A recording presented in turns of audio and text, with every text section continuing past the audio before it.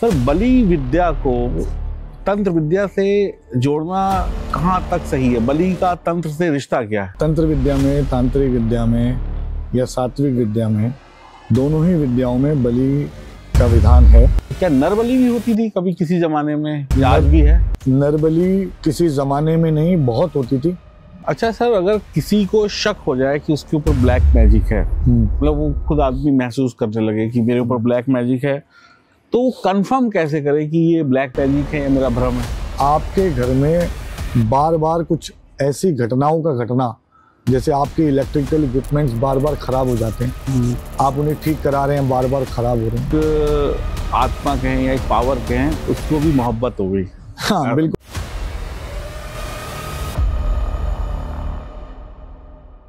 गुंजन जी, फिर एक बार आपका बहुत बहुत स्वागत। और इस गंगा के पावन घाट पे इस पॉडकास्ट की शुरुआत करते हैं जी। तो सर, बहुत सारे क्वेश्चन हम आपसे पूछ चुके हैं, लेकिन अभी भी क्वेश्चनों का सिलसिला खत्म नहीं हो रहा और दिमाग में आते जा रहे हैं। सर, बली विद्या को तंत्र विद्या से जोड़ना कहाँ तक सही है? बली का तंत्र से रिश्ता क्या है? तंत्र विद्या में, तांत्रिक विद्या में या सात्विक विद्या में, दोनों ही विद्याओं में बलि का विधान है। ऐसा नहीं है बलि विधान नहीं है, परंतु समय के साथ परिवर्तन हुआ है और लोगों ने इस बलि प्रथा को कम किया है। परंतु आज भी कई ऐसी विद्याएं हैं जिनमें बलि दी जाती है और जिनमें बलि का प्रयोग किया जाता है। अब जैसे मैं बात करूं सात्विक विद्याओं की, तो सात्विक विद्याओं में जो बलि है वो सात्विक वस्तुओं की है।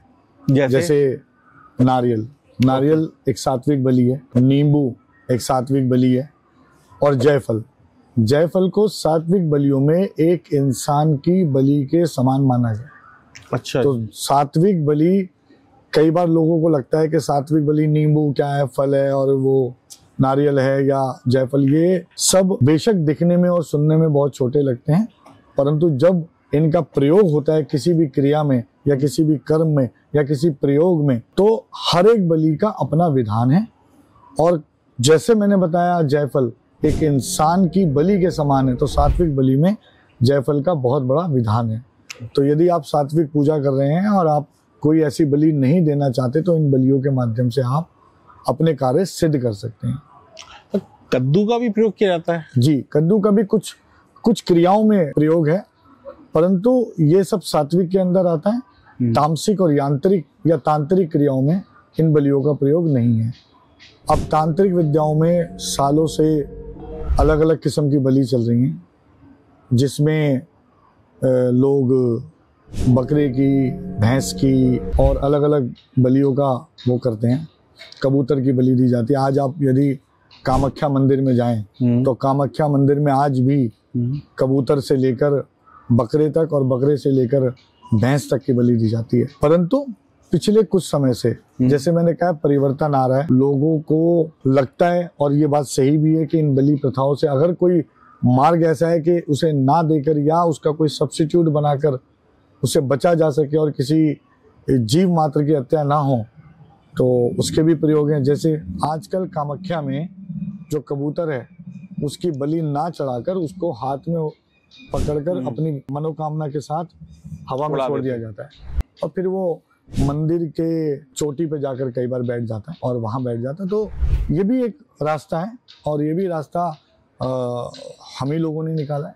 तो मेरा मानना ये है कि रास्ता जरूर चुना जाए और इन बलियों का प्रयोग कम से कम किया जाए, अगर यथासंभव हो तो ना किया जाए। सर, जैसे पशु बलि तो बता दिया, बकरे, भैंस, कबूतर, क्या नर बलि भी होती थी कभी किसी जमाने में, या आज भी है? नर बलि किसी जमाने में नहीं, बहुत होती थी, और अभी भी कई ऐसे गांव और पिछड़ी हुई जगहें हैं जहां आज भी नर बलि होती है। कई ऐसे शमशान हैं जो कच्चे शमशान हैं, गाँव में हैं, बहुत किनारे पे हैं, कम आबादी का क्षेत्र है, जहाँ इस तरह की पूजा पाठ की जाती है। वहाँ आज भी नर बलि का लोग प्रयोग करते हैं, जो कि पूरी तरह सही नहीं है, बिल्कुल नहीं करना चाहिए। मैं जीव मात्र की बलि के विरुद्ध हूँ, तो मैं समझता हूँ नर बलि भी नहीं करनी चाहिए। पर बहुत सी ऐसी विद्याएं हैं जिनमें लोगों को लगता है कि केवल बलि देने से ही उसको सिद्ध किया जा सकता है। हमारे शास्त्रों में हर कार्य को, हर मनोकामना सिद्धि के बहुत सारे सब्स्टिट्यूट्स हैं, बहुत सारे ऐसे दूसरे रास्ते हैं जिन पर चलकर आप अपनी मनोकामना सिद्धि कर सकते हो। पर आज भी बलि दी जाती है। अगर आप शमशान विद्या की बात करें या घोर तंत्र की बात करें या घोरियों की बात करें तो उनमें आज भी नर बलि का प्रयोग है। तो ये अभी चल रही है। बस हम प्रार्थना करते हैं कि इसको जल्द से जल्द इस पे काबू पाया जाए और ये कम से कम रह जाए। तो सर जैसे आपने बोला अभी भी चल रही है, कहीं पर चाहे चोरी छुपे चल रही है या जैसे भी चल रही है जी, तो इसका पर्पस क्या है? बलि देने से होता क्या है? मतलब किसी की हत्या करके, एक तरीके की हत्या ही हुई, तो किसी की हत्या करके क्या मिल जाता है? क्या जो तंत्र है या जो भी विद्या है वो क्या ताकतफुल हो जाती है, पावर आ जाती है उसमें? देखिए क्या होता है ना, हमारी विद्याओं में, शास्त्रों में, जैसे हम शाबर विद्या की बात कर रहे हैं या अभी हमने षटकर्मों की बात करी, तो षटकर्मों में जो पुरानी, अगर आप बहुत पुराने, मैंने अभी आपसे जब हम चर्चा कर रहे थे तो मैंने आपसे एक किताब का जिक्र किया था, तो उसमें इसका विवरण दिया है। तो अलग अलग कर्म में अलग अलग बलियों का प्रयोग है। जैसे मैं एक छोटा सा एग्जांपल देता हूँ। स्तंभन की हमने बात की थी हाँ जी, पिछले एपिसोड में। तो स्तंभन में एक विद्या ऐसी है कि जिसमें उल्लू के उदर का इस्तेमाल होता है। उधर पेट, उल्लू का उदर यानी हृदय, सॉरी। तो अगर उल्लू के उदर का इस्तेमाल हो रहा है तो जीवित तो उल्लू से निकलेगा नहीं। बिल्कुल, और जिसके हृदय से निकल गया तो वो एक बलि चल गई। अब उसका इस्तेमाल क्यों हो रहा है? अलग अलग पूजा पाठ में अलग अलग धारणाएं दी गई।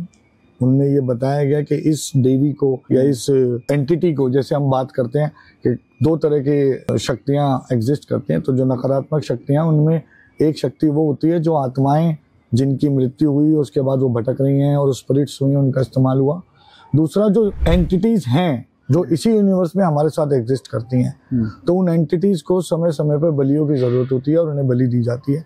और उनको खुश करने के लिए यानी ये उनका भोग माना गया है, तो उसे बलि आज भी माँ, जैसे मैंने कहा, माँ कामाख्या को बलि चढ़ती है। तो क्या है वो? माँ कामाख्या को भोग के रूप में वो बलि चल रही है। कुछ लोगों का मानना ये है कि हम उस बलि के माध्यम से अपने परिवार या अपने बच्चे पे या अपने शरीर पर या हमारे ऊपर आने वाली विपत्ति को उस पर टाल रहे हैं। हालांकि ये बिल्कुल सही नहीं है। मेरा मानना ये है कि आप इसके दूसरे सब्स्टिट्यूट ढूंढिए और बलि प्रथा को जितना कम से कम हो सके कम कीजिए। हाँ, जहाँ तक सवाल है शाबर विद्याओं का और षटकर्मों का, उनमें बहुत सारी क्रियाएं ऐसी हैं जिनमें आज भी ऐसी बहुत सारी चीज़ों का प्रयोग किया जाता है। ऊँट की मेंगनी का इस्तेमाल होता है।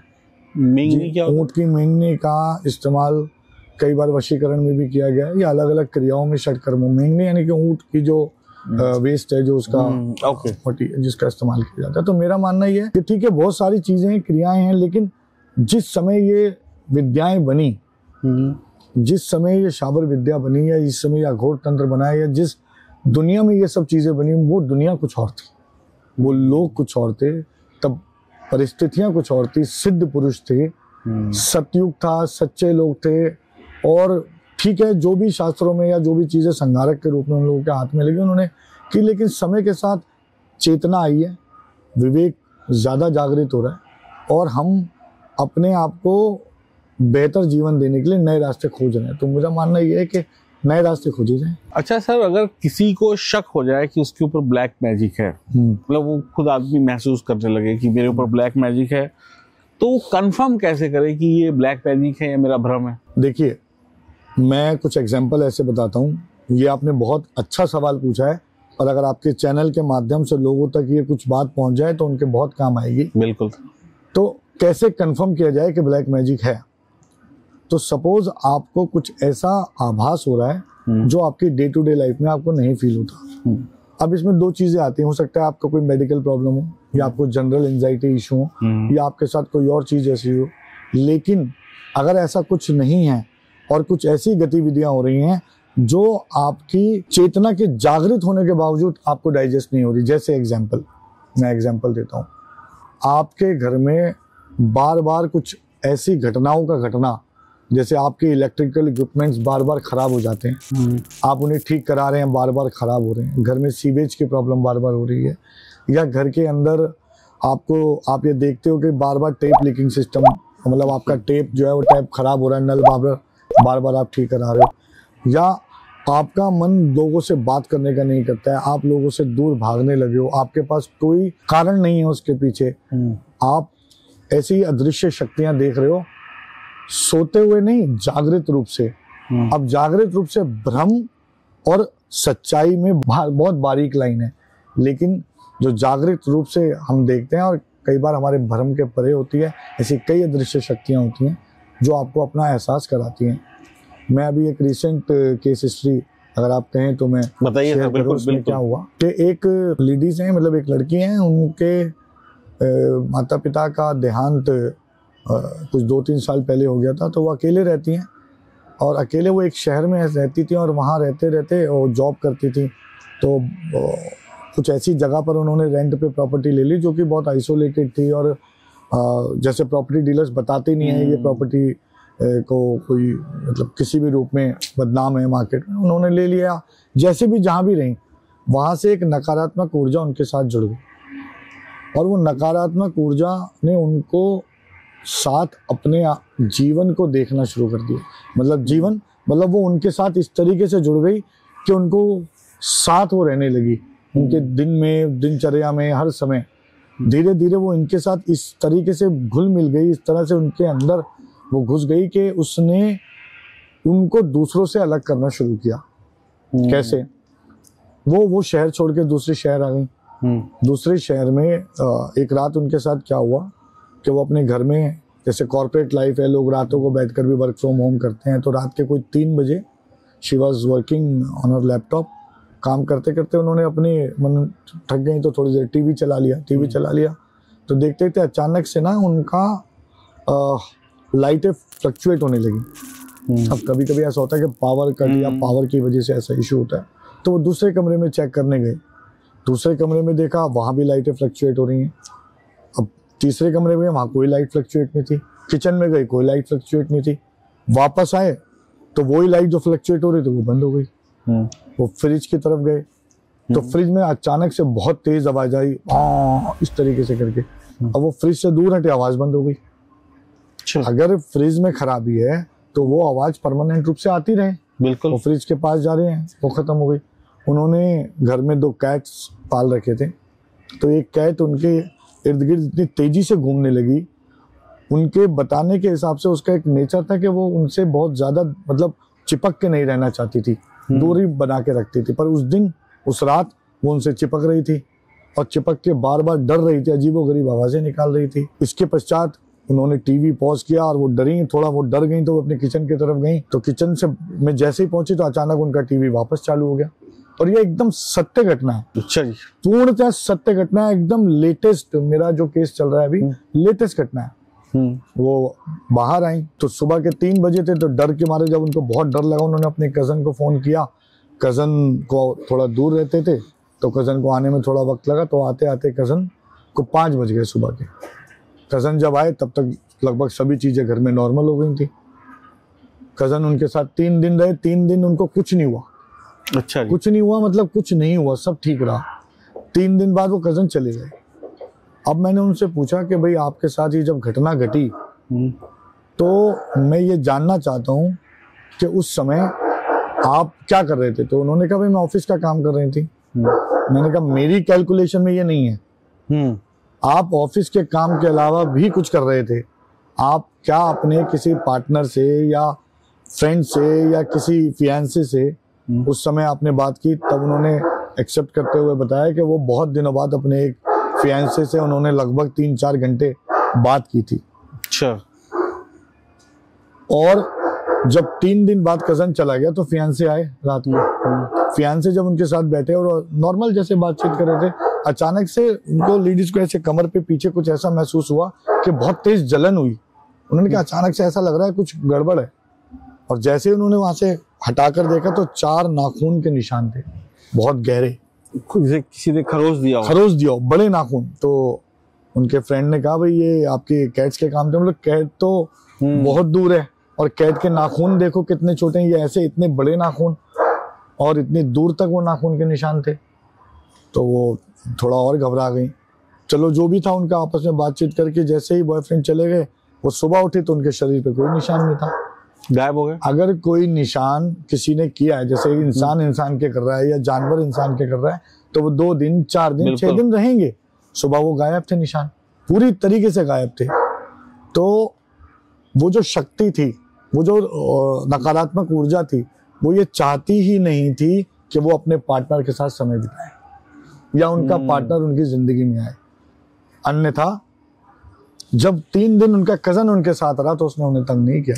तो इसी तरह जब नकारात्मक ऊर्जाएं आपके आसपास होती हैं तो वो अपनी प्रेजेंस किसी न किसी माध्यम से आपको दर्ज कराती हैं।